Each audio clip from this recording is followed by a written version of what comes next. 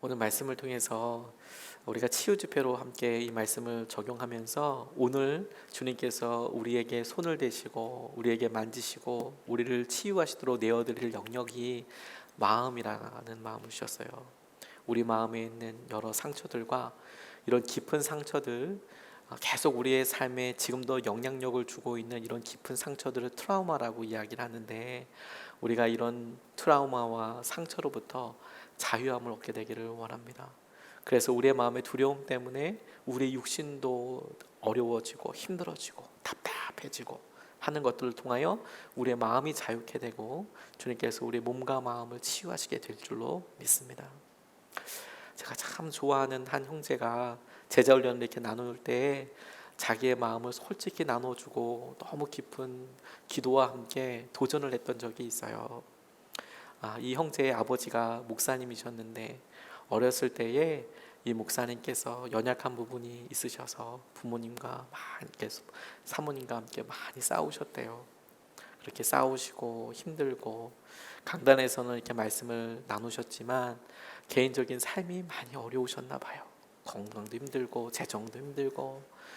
그러니까 이 청년이 이제 고등학교 때에 그런 부모님 모습 보기 싫어서 집을 나왔어요.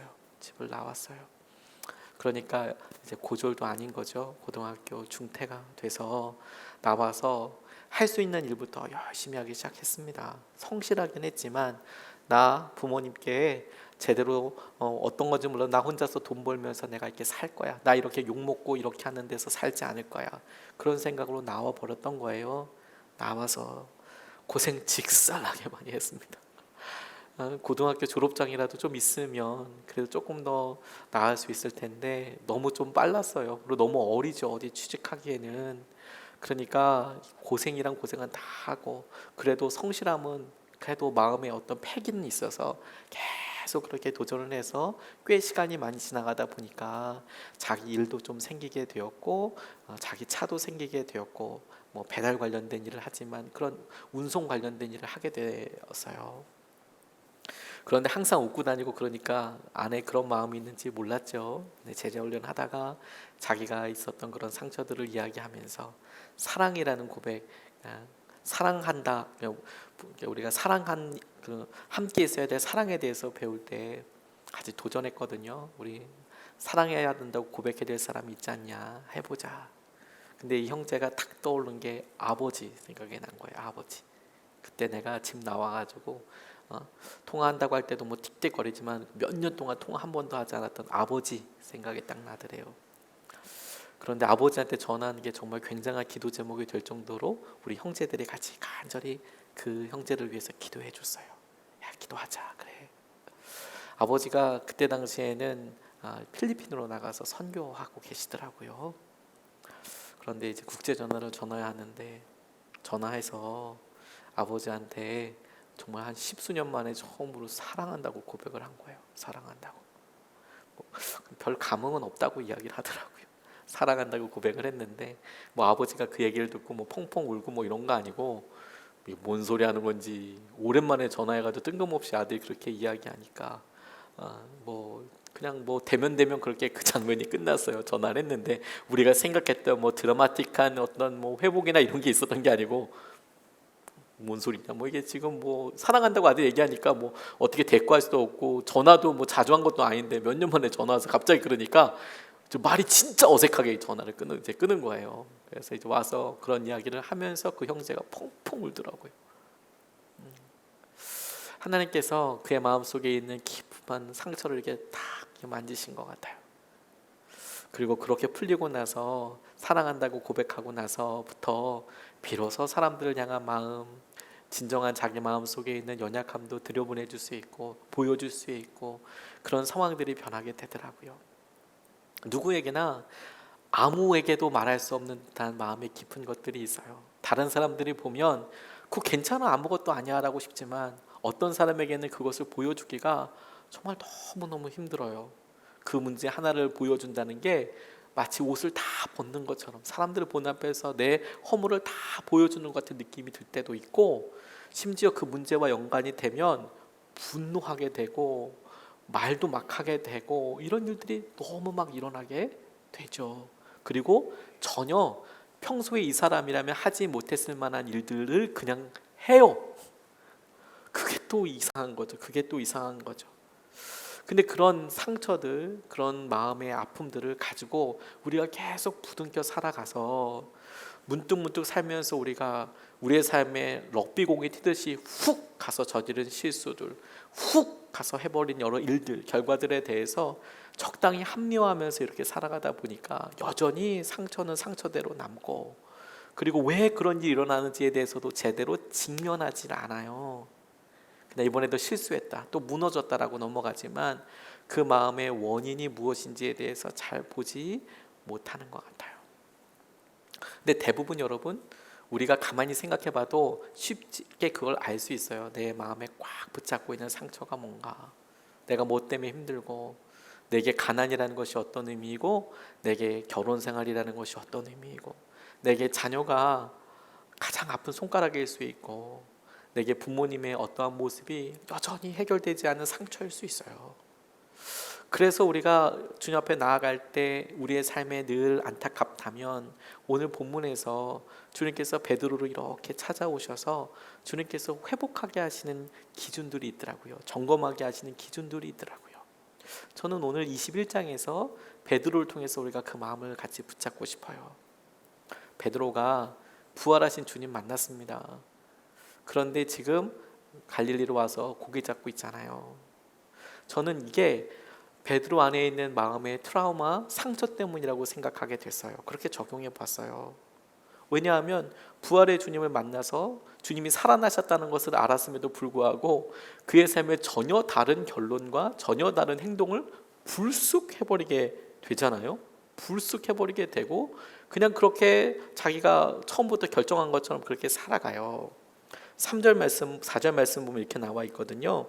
시몬 베드로가 그들에게 말하기를 나는 고기를 잡으러 가겠소 하니 그들이 우리도 함께 가겠소 하고 말하였다. 그들은 나가서 배를 탔다. 그러나 그날 밤에는 고기를 한 마리도 잡지 못하였다. 이미 동틀 무렵이 되었다. 그때 예수께서 바닷가에 들어서셨으나 제자들은 그가 예수이신 줄을 알지 못하였다. 짧은 구절이지만 두 가지 내 안에 깊은 상처가 있을 때, 예수님께서 부활하신 모습을 보여주었지만 예수님께서 돌아가실 때 자기의 배신했던 모습이나 예수님께서 끔찍하게 마지막 십자가에서 처형당하시는 모습이 베드로에게는 굉장히 중요한 상처였거든요. 다 끝났다. 내가 꿈꾸던 세상 다 끝났다. 잊어버릴 수 없는 그런 상처였거든요. 근데 그런 상처와 마음을 보니까 이 두 가지 행동으로 나오게 돼요. 첫 번째가 뭐냐면 부활하신 주님을 만나고도 원래 모습으로 돌아가 버려요. 마치 주님을 모르는 사람처럼 원래 모습으로 돌아가요. 확 돌아가 버려요. 두 번째는 주님을 알아보지 못해요. 멀리 있어도 주님을 알아보지 못해요. 그게 우리가 우리의 마음속에 내적인 상처와 마음 가운데 있을 때 일어나는 베드로를 통해서 볼 수 있는 대표적인 현상이라고 생각하게 됐어요. 마음에 뜨겁고 힘들고 이렇게 가다가 어느 순간에 돌뿌리 채이듯이 그거 확, 그래서 분노 한번 확 내밀고 나면, 짜증 한번 확 내고 나면 교회도 가기 싫고 사람도 만나기 싫고 뭐도 하기 싫고 뭐도 다 하기 싫어져 버려요. 뿐만 아니라 주위에서 여러 사람들이 이야기해도 그 얘기가 들리지가 않아요. 온통 내 문제가 중요하다고 생각이 들거든요. 근데 그런 베드로의 상태를 우리가 이렇게 보고 주님께서 그에게 어떻게 기회를 주시고 마음을 주시나, 첫 번째를 보니까 주님께서 베드로 마음속에 내적 동기를 점검하시더라고요. 내적 동기란 주님께서 사랑을 점검하시더라고요. 그 사랑은 뭐냐면 주님이 베드로를 얼마나 사랑하는지가 아니라 베드로, 네가 주님을 혹은 네가 하는 일들이 사랑 때문에 하는 것인지, 이 내적인 동기를 주님께서 집요하게 오셔서 질문하시더라고요. 그의 그런 망가진 모습을 보고 15절 말씀에 그들이 아침을 먹은 뒤에 예수께서 시몬 베드로에게 물으셨다. 요한의 아들 시몬아, 내가 이 사람들보다 나를 더 사랑하느냐? 베드로가 대답하였다. 주님, 그렇습니다.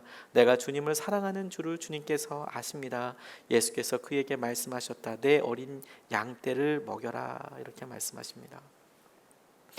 이 첫 번째 질문을 통하여서 저는 이 사랑이라는 말에 깊숙하게 있게 되었어요. 주님께서 참 여러 가지 말을 묻고 싶으셨을 것 같아요. 저라면. 근데 주님께서 지금 베드로에게 듣고 싶으신 말은 뭐냐면 네가 나를 사랑하느냐라고 묻고 계세요. 너의 마음이, 너의 지금 상황과 형태가, 네가 이런 일련의 일들로 얼마나 망가졌는지, 그 일 때문에 얼마나 후회하고 있는지, 아파하는지, 너 스스로가 그것에 대해서 어떤 평가를 내리고 있는지에 대해서 관심 있지 않고, 그래, 네가 앞으로 해야 될 회복과 네가 앞으로 해야 될 일에 대해서 주님이 계속 주목하고 계시는 것은 뭐냐면 네가 하게 될 행동 가운데 나를 사랑하느냐, 네 마음속에 나를 사랑하는 것이 조금이라도 있더냐, 네가 나를 사랑하기 때문에 하고 있는 일들이 있더냐, 그걸 생각나게 하시더라고요. 그게 내적인 동기가 되어야 한다고.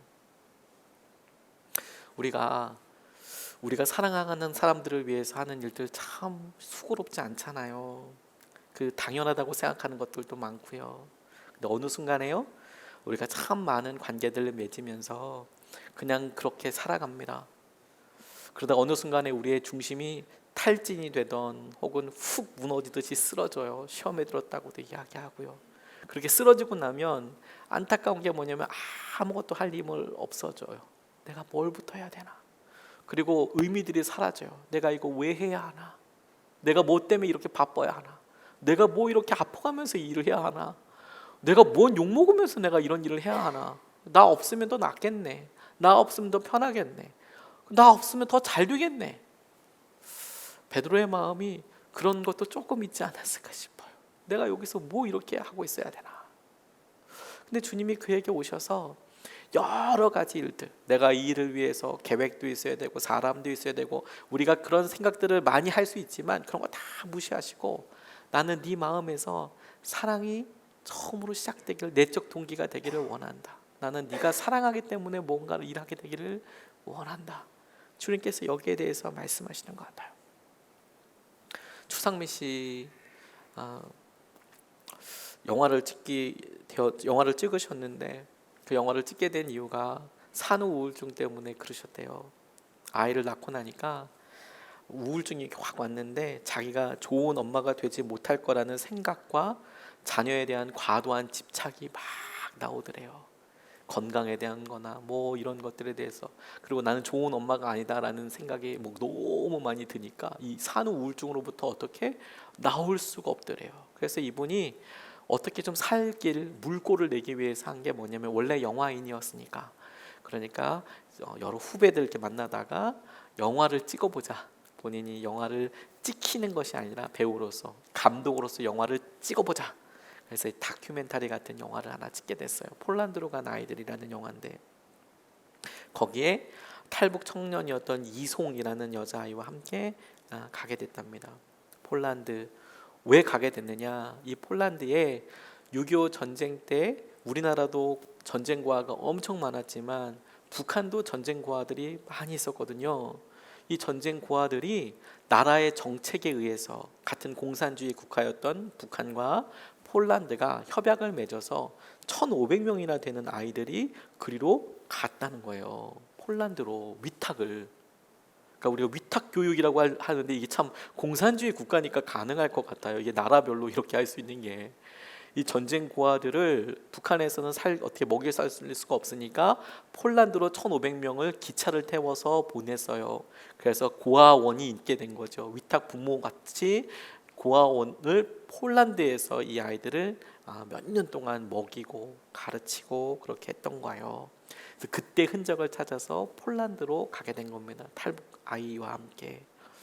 그랬더니 너무 놀랐대요. 51년서부터 59년까지 자그마치 9년 정도, 51년서부터 59년까지 폴란드 선생님들에게 위탁 교육을 했는데 이 북한 어린이들을 65년 전에 돌려보냈던 이 북한 아이들에 대해서 지금 폴란드에 그때 위탁 교육을 하고 그때 위탁으로 가르쳤던 선생님들은 이제 완전히 노인이 되어 있죠. 65년 전이니까 그때 당시에 청년이라고 하더라도 65년 지나고 나면 80, 90이잖아요. 그런데 65년 전에 헤어졌던 이 사람들, 그 북한 아이들을 친자녀들처럼 대하고, 그리고 이 북한 아이들이 불렀던 북한 노래를 2절까지 기억하고 있더라는 거예요. 자기가 그때 키웠던 아이들 다 기억하고 있고, 다 기억하고 있고, 누구 누구 누구 누구, 그리고 걔네들이 불렀던 북한 노래를 폴란드 사람들이 북한 노래를 한국말로 알고 있더라는 거예요. 놀랍지 않습니까? 그리고 이 폴란드 선생님이 이 같이 갔던 어린 이 송이 청년을 보자마자 진짜 65년 전에 헤어졌던 딸아이를 만나는 것처럼 꼭 안아주고 그렇게 많이 울더라는 거예요. 그렇게 많이 울더라는 거예요. 그러니까 이 송이도 이 추상미라는 사람이 나를 이용하기 위해서 지금 영화 찍는 거 아니야? 이런 약간 삐딱한 마음, 본인이 상처받고 본인이 큰 아픔들이 많이 있으니까 그렇게 삐딱하게 계속 관계가 삐거덕 하면서 갔는데, 이 폴란드 선생님 안고 같이 울고 나서 마음이 확 열려버리더라는 거예요. 이 요제프 씨라는 분이 어떻게 그런 일들이 일어나나. 아이들이 기차를 타고 오는데 이 폴란드 사람들이 이보다 한 10년 전에 제2차 세계대전을 겪었잖아요. 그때 폴란드가 정말 많이 고생했거든요. 한 5년 전에 1945년에 끝났으니까 너무 고생을 많이 했는데 자기들도 그렇게 전쟁 고아였다는 거예요. 자기들도 바로 앞 세대에서. 그러니까 아이들이 이렇게 타고 오는데 이 아이들에게 자기의 모습들이 그대로 투영되는 거예요. 그러니까 아이들에게 뭘 가르치겠다 이런 마음이 아니라 커리큘럼보다도 아이들한테 제일 먼저 하게 했던 게 뭐냐면, 너 나 엄마라고 불러라, 너 나 아빠라고 불러라. 북한 아이들한테 이 폴란드 선생님들이 너 나 아빠라고 불러, 너 나 엄마라고 불러, 그렇게 얘기했다는 거예요. 그렇게 이야기했다는 거예요.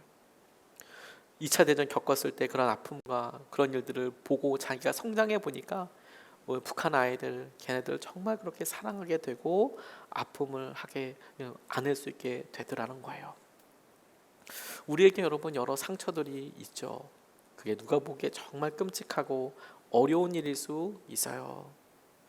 무엇부터 시작할까? 저는 추상미 씨의 여러 이렇게 이야기를 보고 다시 떠올리고 생각하면서 폴란드 사람을 만나고 그리고 추상미 씨 가운데 있었던 여러 삶의 의미를 이렇게 보게 되면서 아무것도 할 수 없다고 생각할 때, 아무도 나를 관심 가져주지 않는다고 생각할 때, 내가 더 이상은 무언가도 할 수 없고, 그리고 내 이 상처로 인하여서 나는 완전히 틀어져 버렸어, 아무것도 할 수 없어 라고 시작할 때 첫 번째로 점검해야 될 게 뭐냐면, 내 안에 여전히 남아있는 조그만한 사랑이에요. 사랑.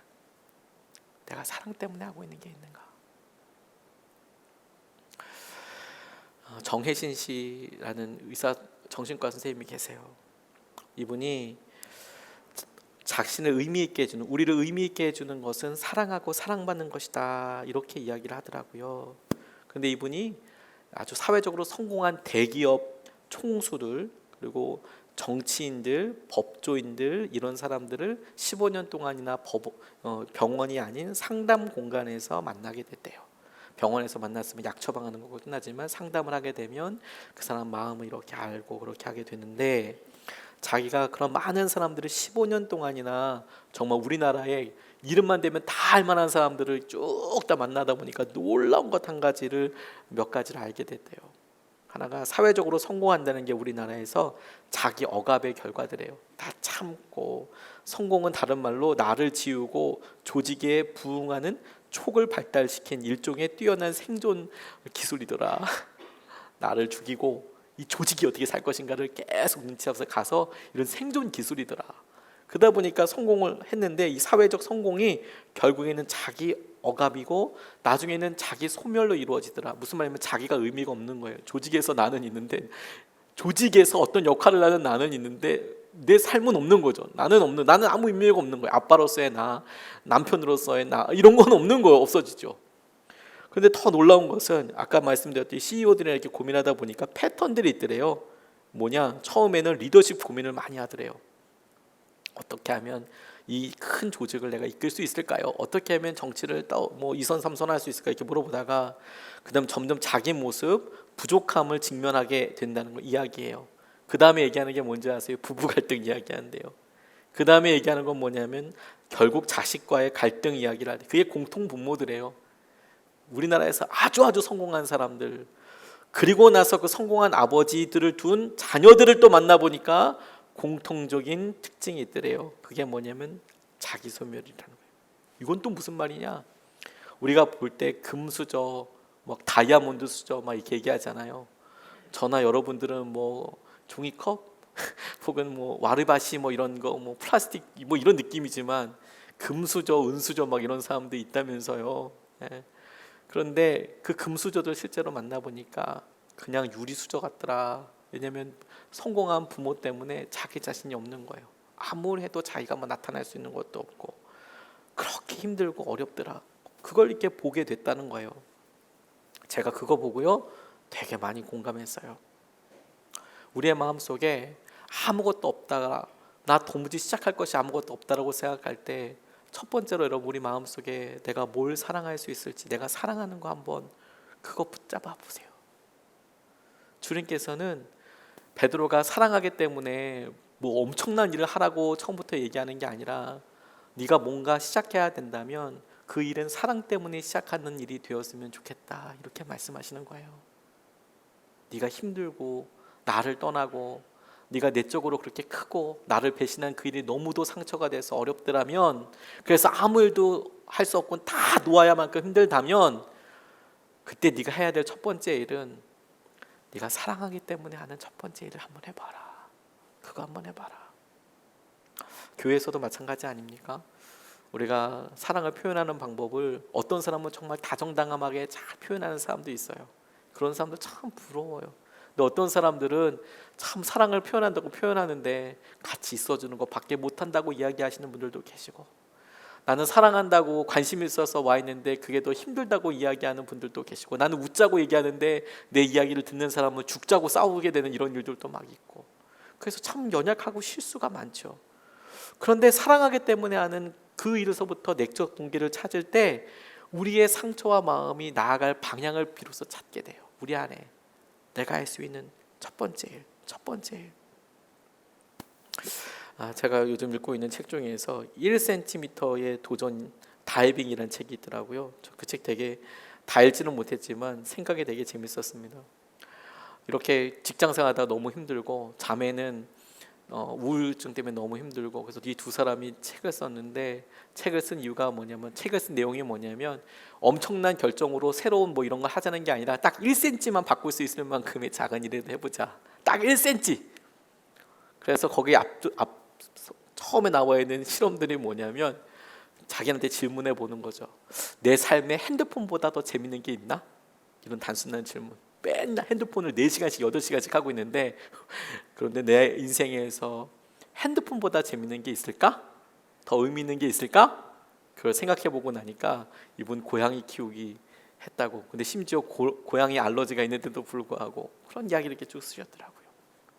우리의 마음에 내적으로 사랑으로 시작되는 첫 번째 일이 주님께서 우리를 회복시키기 원하시는 그 접점이에요. 사랑하기 때문에. 여러분 오늘 주님 사랑하기 때문에 이 자리에 오셨다면 정말 잘하셨어요. 여러분 오늘 주님 사랑하기 때문에 우리가 우리 사랑하는 성도를 놓고 이름을 불러서 기도한다면 너무너무 잘하시는 거예요. 사랑하기 때문에 하는 일에 첫 번째 마음을 두어야 해요. 그리고 주님께서 베드로의 이 무너지고 상처난 마음을 일으켜 세우시기 위해서 그에게 확인하시는 것이, 나는 네가 어떤 일을 하더라도 그 첫 번째가 사랑이었으면 좋겠다라고 말씀하신 이후에 그에게 사명에 대해서 이야기하세요. 사명에 대해서 16절 말씀을 보니까 예수께서 두 번째로 물으셨다. 요한의 아들 시몬아, 내가 나를 사랑하느냐? 베드로가 대답하였다. 주님, 그렇습니다. 내가 주님을 사랑하는 줄을 주님께서 아십니다. 예수께서 그에게 말씀하셨다. 내 양떼를 쳐라. 이렇게 말씀하십니다. 사랑으로 시작한 우리가 반드시 시작한 것이 필요한 게 뭐냐면 사명이에요. 사랑으로 뭔가 시작할 때 우리가 우리의 상처난 마음, 부러져 있는 영혼의 다리에 이 사명은 강력한 부목 같기도 하고요. 기부스 같기도 하고요. 기부스 떼고 나서도 우리가 살아야 될 방향이 되어줘요. 이 사명은. 그런데 우리가 이 사명에 대해서 생각할 때 오해하기 쉬운 게 있어요. 뭘 또 일을 해야 한다고 생각하는 경우들이 많아요. 이미 지쳐서 힘들어 죽겠는데 뭘 또 그러면 다른 일을, 사명 그래 그럼 또 뭔가 일을 해야 되는 것보다, 그러면 완전히 이해를 못한 거예요. 주님께서 우리에게 사랑에 대해서 점검하셨잖아요. 사랑 때문에 시작하는 그 일이 너의 사명이 되었으면 좋겠다. 베드로에게 있어서는 그의 가장 커다란 아픔이었을 거예요. 그가 주님 배신해 봤어요. 나는 다른 사람은 모르겠지만 많은 사람들 가운데 베드로의 설교를 듣고 가장 많이 은혜 받았을 것 같은 사람들은 배신하고 토꼈던 사람들이 제일 많이 은혜 받았을 것 같아요. 베드로가 설교했을 때 5천 명이나 되는 사람, 3천 명이나 되는 사람들이 한꺼번에 훅훅 들어왔던 이유를 성경에는 쓰여져 있지 않지만 저 스스로 그냥 혼자 상상해 보면 살아생전에 예수님 앞에 막 환호했던 사람이 예루살렘 성에 진짜 많았거든요. 근데 나중에는 다 십자가에 못 박으라고 막 그랬던 사람들이거든요. 그런데 그 사람들 다 배신하고 예수님 죽는 거 봤는데 그보다 먼저 앞서서 배신했던 베드로의 설교 듣고 내가 네 기분 다 안다 이런 느낌이었을 것 같다고 혼자서 상상했어요. 베드로가 그 마음 다 알거든요. 다 알거든요. 우리의 상처, 우리의 아픔, 우리가 내적으로 이렇게 힘들고 어려워하는 것들이 그게 굉장히 중요한 통로가 돼요. 그게 굉장히 중요한 통로가 돼요. 선한목자교회에 있을 때 제가 맡고 있던 교구가 미랄학교 근처에 있어서 자폐 앓고 있는 아이의 부모님들이 저희 교구에 아주 많으셨어요. 저는 사실 몰랐는데 신방하다 보니까 정말 많더라고요. 다 그 미랄학교 때문에 수서로 다 이사를 오셔서 거기가 저희 교구였기 때문에 정말 그런 분들이 많으시더라고요. 웃고 좋으니까 잘 몰랐는데 집에 가보니까 집에 자폐 아이들이 이렇게 있는 거예요. 자기들끼리는 이미 다 알아요. 다 네트워크가 있어서 학교도 같이 다니니까 다 아는데 저는 가보니까 이 집, 저 집, 저 집, 저 집 전부 다 그냥 이런 어려움이 있었구나. 그런데 이분들이 자녀 아프고 힘들고 그래서 기도 제목을 물어봐요. 근데 이 자폐는 질병이 아니거든요. 장애예요. 일종의 이유를 알 수 없는 여러 이유로 그 아이가 마음의 성장이 딱 멈춰버리는 거죠. 그래서 자폐가 치유된 경험은 거의 없어요. 그런데 그 일을 보고 이 부모들이 한결같이 뭐라고 이야기하냐면 얘가 이렇게 힘든 것은 자기 죄 때문이라는 거예요. 자기 때문이라는 거예요. 아니에요. 그렇죠? 당연히 아니에요. 모르는 거죠. 그 애가 그렇게 된 거는 모르는 거예요. 왜 그게 엄마 때문이고 왜 그게 아빠 때문이에요. 모르는 거죠. 우리가 주님 뜻을 모르는 거지 부모 때문은 아니에요. 성경에도 분명히 부모 죄 때문에 자녀가 그런 거 아니라고 나와 있잖아요. 그럼에도 불구하고 자기 때문이라고 이렇게 이야기를 하시더라고요. 안에 내적으로 깊은 상처와 무슨 일을 결정해도 이사를 갈 때에도 뭐 학군을 정할 때에도 우리 아이가 갈 수 있는 곳, 우리 아이가 출근할 수 있는 등교할 수 있는 거리, 뭐 도우미 선생님들 이런 거 다 결정해서 그게 최우선이에요. 최우선. 부모들은 2시간씩 뭐 이렇게 다녀도 상관이 없고 우리 애가 뭐 어떻게 됐는지 그거 가지고 저는 그 심정 너무 안타깝게 이해가 되더라고요. 그런데 그런 분들과 교제하다 보니까 이분들이 놈의 새끼도 내 새끼처럼 이렇게 같이 아프잖아요. 그러니까 자기들끼리 이렇게 모였을 때 사랑부로 모여서 이렇게 있다 보니까 여러 사람을 품어줄 수는 없지만 1명, 2명 이렇게 있을 때 같이 응원하고 같이 돕더라고요. 자기 안에 내적인 상처가 계속 있는데 그걸 통해서 그냥 내가 내 어려움과 아픔에 좌절하고 있는 게 아니라 내가 우리 아이를 향하여서 사랑으로 힘을 내보듯이 이렇게 힘을 낼 때 옆에 있는 아이 한 사람을 더 품더라고요.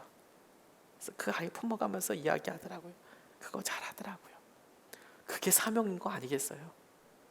뭐 갑자기 이렇게 상처가 이렇게 있는데 뭐 하나님 사명이라고 엄청난 일 시작하고 그렇게 안 해도 돼요. 우리 아프고 힘든 사람, 똑같이 힘든 사람, 어렵고 힘들기 때문에 와서 그냥 가만히 앉아있는 사람 옆에 가서 내가 할 수 있는 일이 없어서 말주변이 없어서 가만히 앉아있어도 좋으니까 그런데 그 시작이 사랑 때문이고 내가 그렇게 상처를 받아봤기 때문에 아파봤기 때문에 그게 무엇이기 때문에 알기 때문에 하는 일이라면 그게 사명이에요. 클론의 강원래 씨가 사고 난 다음에 4년 동안 집에서 칩거하셨답니다. 하반신이 다 마비가 됐잖아요. 그러니까 얼마나 힘드셨겠어요. 댄스 가수였으니까 또 몸은 또 얼마나 건강해요. 그런데 오토바이로 인하여서 교통사고가 나서 하반신이 다 마비되는 그런 안타까운 일을 겪고 있었어요. 4년 동안 집에만 있었답니다. 그런데 보호관찰소에서 메일이 어느 날 왔대요. 폭주족 아이들이 있는데 강연 좀 해달라고. 근데 이분 표현이 너무 사실 마음에 좀 강하긴 한데 마음에 와서 그냥 직격적으로 팍 때렸어요. 이분이 뭐라고 스스로 표현했냐면 병신 됐는데 무슨 강연이야 이렇게 얘기했대요. 나 병신 됐는데 무슨 강연이야. 자기가 자기에게 화를 내면서 거절했는데 친구들이 오히려 와서 구준엽이나 이런 친구들이 와서 야, 너 정말 잘할 것 같아.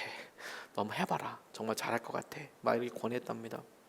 그래서 설득에 못 이어서 말썽쟁이들을 만나러 갔대요. 그런데 거기 자기가 휠체어 끌고 딱 가서 이 폭주 뛰다가 막 잡혀오고 막 이렇게 부리부리하고 이런 아이들 딱 보는 순간 거기에 자기 어린 소년 강원래가 너무 많이 앉아있더래요. 그러니까 뭐 설명이고 뭐고 필요 없이 그냥 걔네들 딱 마주하는 순간 야, 나도 청소년기에 감당할 수 없는 마음속 상처 때문에 춤을 췄고 나쁜 짓도 많이 했다. 강원래 씨가 내 경험을 통해서 이 아이들을 그냥 이해할 수 있더라는 거예요. 뭐 애들 뭐 설명을 다 듣지 않고 얘들 앉아있는 걸 딱 보니까 야, 너희들이 그렇게 된 게 일탈하게 된 게 사회와 가정에서 받은 상처 때문이지. 나 다 안다. 사람은 강자에게서 받은 상처를 약자에게 분출되잖아. 그래서 너희들 상처 많이 받아서 너희들보다 더 힘든 애들 그렇게 힘들게 하고 어렵게 한 거지. 그래, 나 그거 다 안다. 너희들이 잘못한 건 사실이야. 그런데 너희들이 잘못한 건 사실이야. 하지만 난 너희들을 이해해 하는 마음이 들더래요. 걔네들이 그렇게 한 게 잘못 아니건 아니잖아요. 잘못한 거잖아요. 너희들 근데 잘못한 거야 그거. 근데 난 너희들 왜 그런지 이해는 간다. 너희들이 좋다고 얘기하는 건 아니지만 하지만 너희들이 그 일로 인하여서 오히려 더 사랑받을 수 있다. 이런 표현을 했대요. 그러면서 나도 나쁜 놈인데 뭘 가르치고 훈계하겠어요. 이렇게 보니 강원래 씨가 이렇게 나도 나쁜 놈인데 내가 뭘 훈계하겠어요. 너 뭐 잘 살라고 얘기하겠어요. 나도 나쁜 놈이다 얘들아. 그런 이야기를 하게 되더라고. 그게 사명 아니에요. 그게 우리가 할 수 있는 거 그거 사명 아니에요.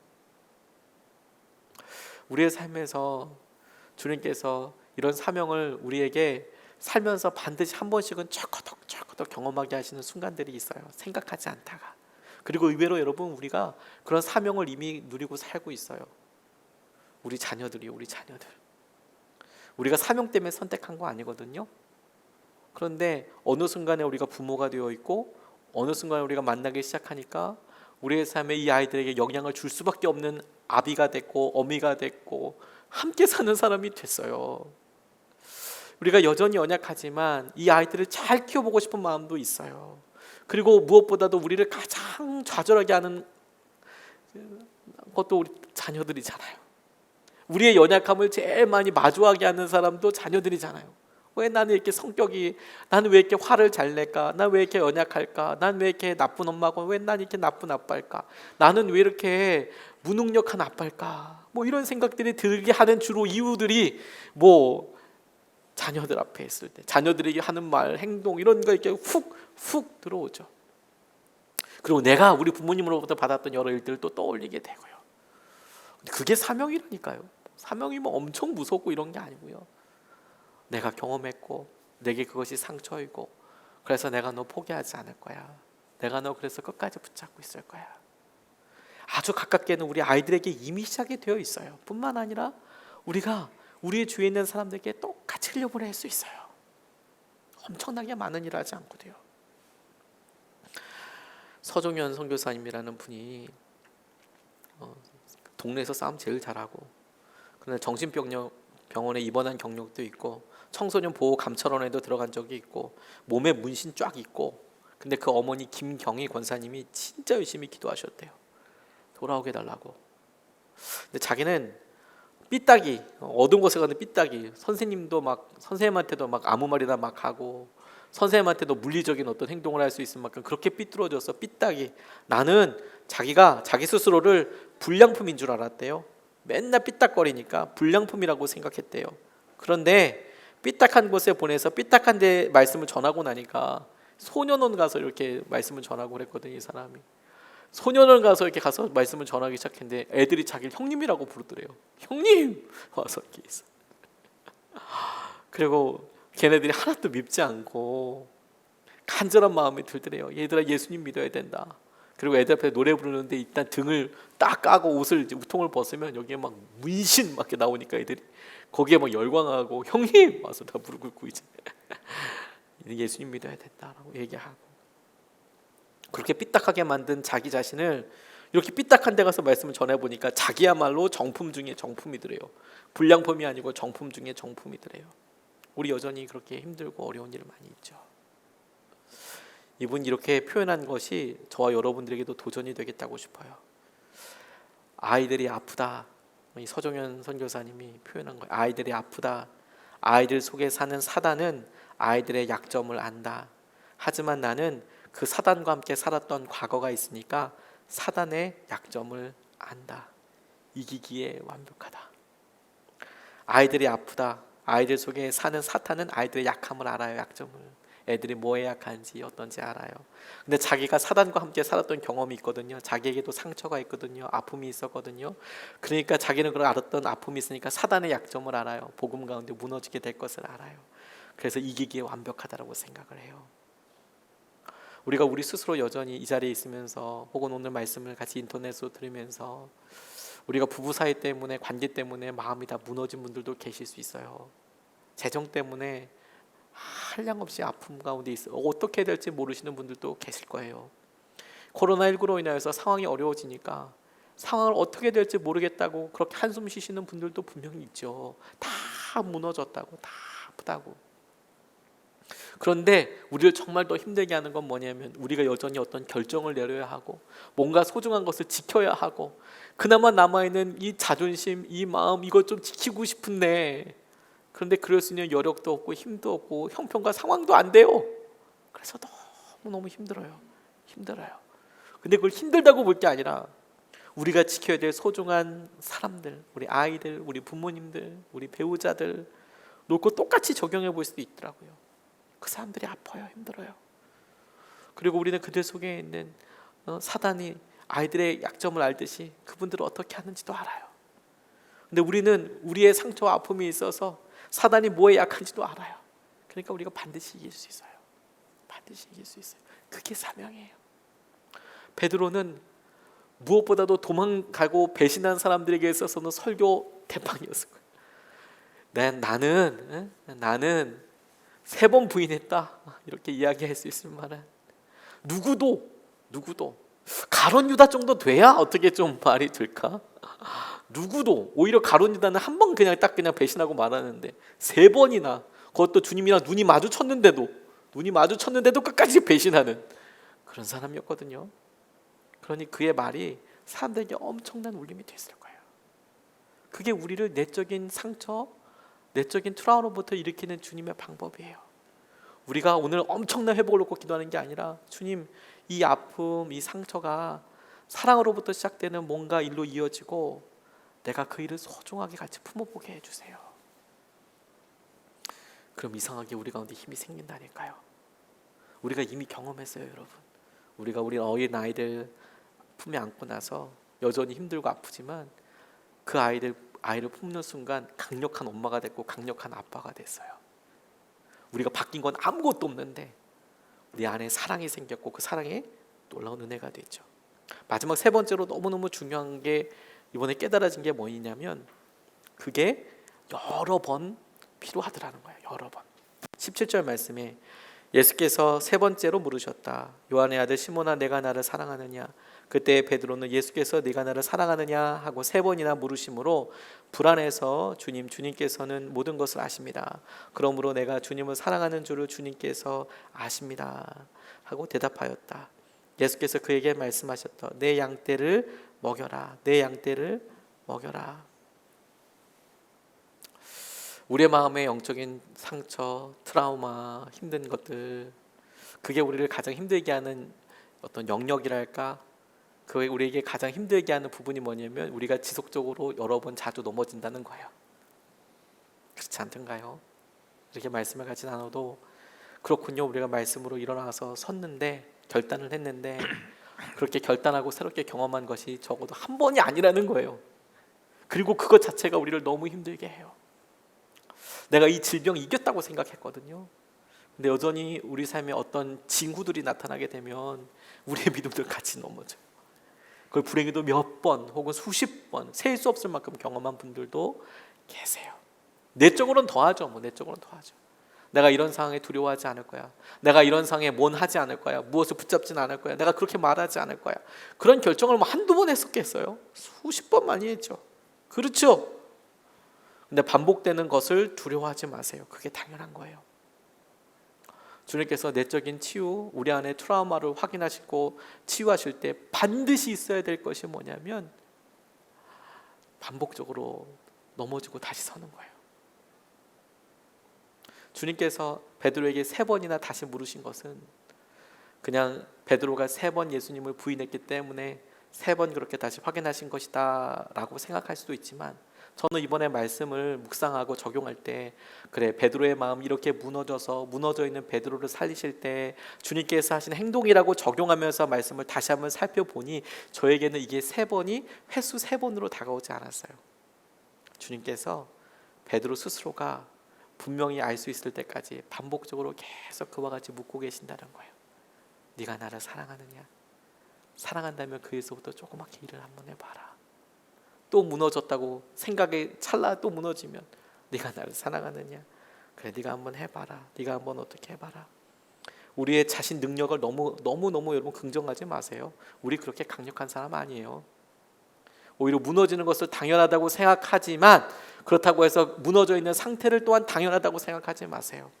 우리는 주님의 완전한 허락하심, 은혜 가운데 있는 사람이기 때문에 그래요.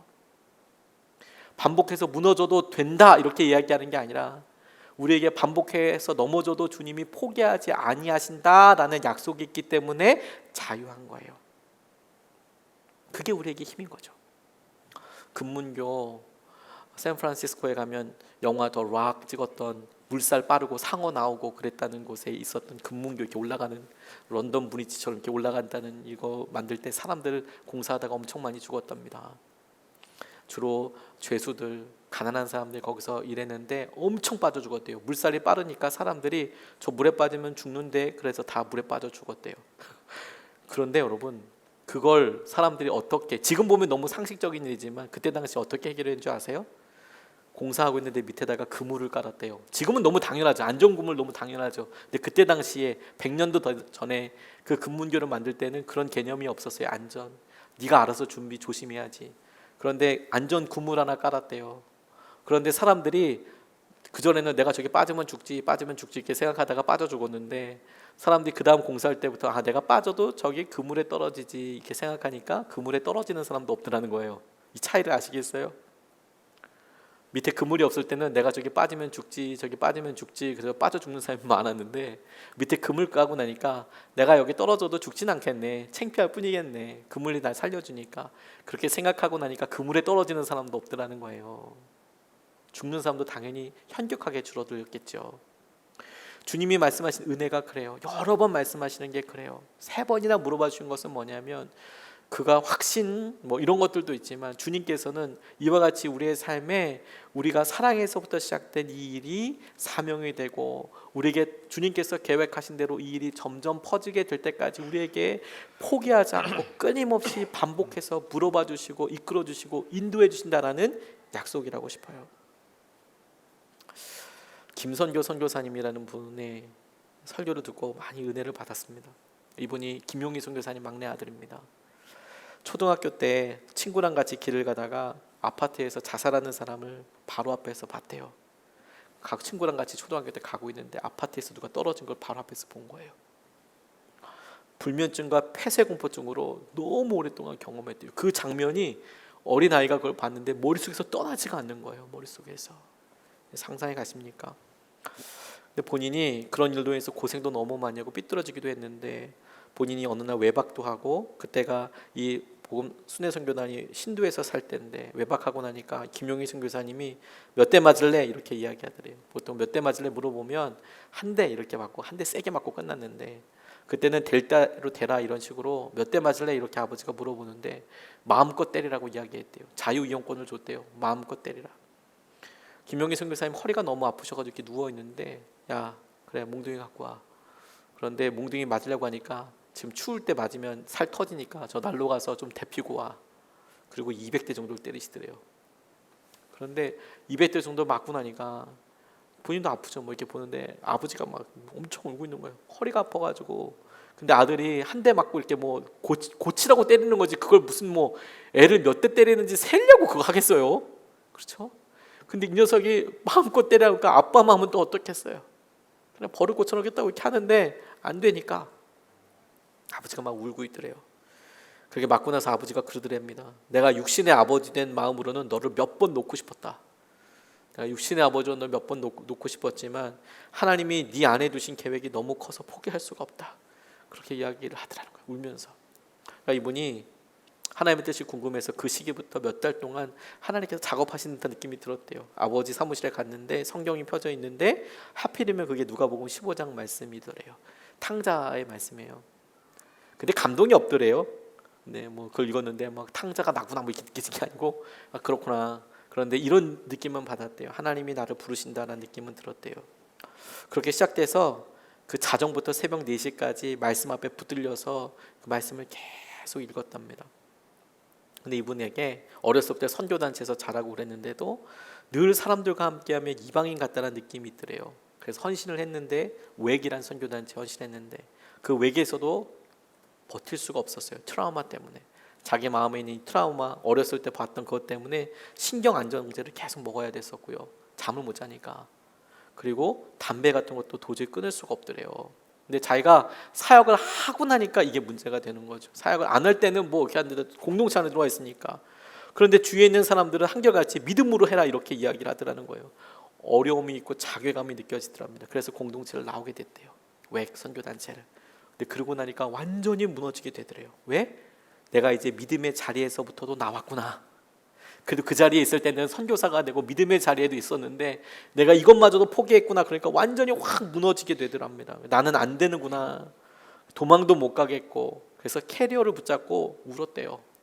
집에서 도망 나오려고 캐리어 끌고 나오다가 어디 가야 될지도 모르니까 그 캐리어를 끝잡고 그냥 울었대요. 어두워질 때까지. 가룟 유다 생각이 나더랍니다. 기왕 팔아먹었으면 잘 살던가. 그런데 받은 은혜가 있어서 은 30 집어던지고 돌려달라고 했을 때 그럼 베드로처럼 주님 앞에 가서 서던지. 그것도 아니고 자기 진짜 이상하더라는 거죠. 그래서 많이 울었대요. 그러다가 가룟 유다 생각 딱 나니까 자기도 삶을 마지막으로 끝내겠다는 생각이 들더랍니다. 그래서 가족들한테 의미심장한 말을 남겨두고 아버지 사무실 맞은편에 있는 나무 보라고, 아버지 보라고, 아버지 사무실 맞은편에 있는 나무 그걸 봤대요. 그리고 당신들은 거룩하고 나는 쓰레기다. 그리고 마지막 발악을 하고 싶어서 유서를 써두고 목을 메었는데 형이 너무 이상하니까 친구들 거기 있는 선교사님한테 문자 보내서 주위 사람들에게 알려줘서 간신히 살았대요. 선교사의 아들로 믿음으로 살아보겠다고 10년이나 그랬는데 비참함에 머물러서 이렇게 모든 소망이 끊어졌을 때 하나님께서 그 사이에 들리지 않았는데 그 음성이 들리더랍니다. 자신이 못 알아들었는데 주님 말씀이 비로소 들리더래요. 선교야, 네가 스스로 따라할 수 없다는 결론이 이제 났냐? 완전한 절망 가운데 이제 있냐? 이제야 내가 하는 일이 보이기 시작할 거야. 이렇게 이야기하시더래요. 너 스스로는 나를 따를 수 없다. 그 결론 나니까 오늘 이 본문 말씀이 떠오르더래요. 베드로도 똑같이 그렇게 하더래요. 처음 부르실 때처럼 이야기를 꺼내는데 가장 비참했을 베드로 앞에 요한이 그 마음을 안다는 듯이 이야기해 주어 요한이 예수님이다라고 얘기하니까 베드로가 이렇게 훅 뛰어들더라. 이런 기회 있을 때 그냥 훅 뛰어드는 그런 마음이 있더라. 그래서 자기 삶에도 그렇게 한번 다시 훅 뛰어들어 보았느라고. 그래서 다윗의 열쇠라는 선교단체를 만들기 시작했다고 그런 이야기를 이렇게 나누시더라고요. 여러분, 우리 삶에 무너지는 것이 창피한 일이기도 스스로 생각할 수 있고 자랑할 만한 일이 아닐 수는 있겠지만, 그러나 주님 안에 그것이야말로 우리가 연약하고 주님을 만날 수 있는 놀라운 통로 아니겠습니까? 오늘 우리가 치유 집회를 기도하면서도 똑같이 그렇지 않겠습니까? 매주마다 똑같이 이렇게 기도 제목을 갖고 오잖아요. 매월. 저는 설교하는 사람으로서 여기 계신 몇몇 분들을 요 몇 달 사이에 장례를 몇 번 치렀어요.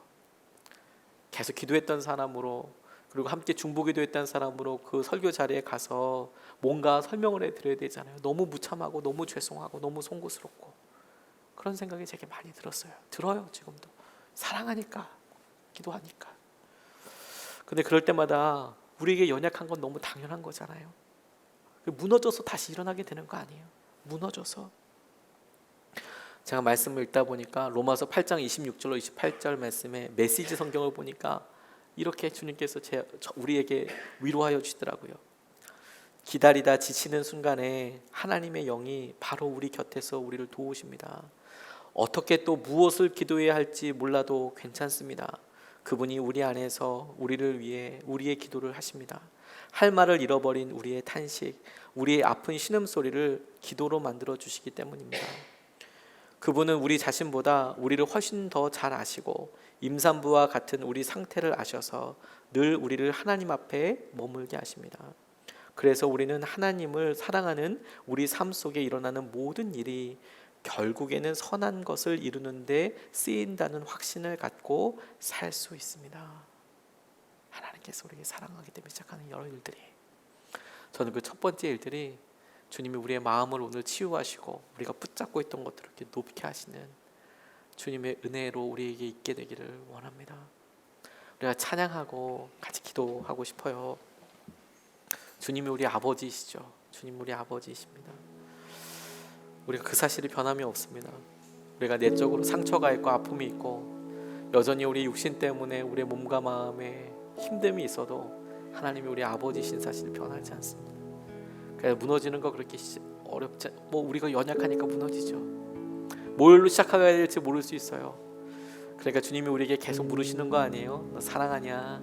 정말 사랑 때문에 시작하는 일이 무엇인지, 그리고 주님께서 우리에게 행하시는 일이 무슨 계획인지 보여주실 거예요. 찬양하고요, 같이 주님께서 우리를 만지시도록 같이 기도하겠습니다.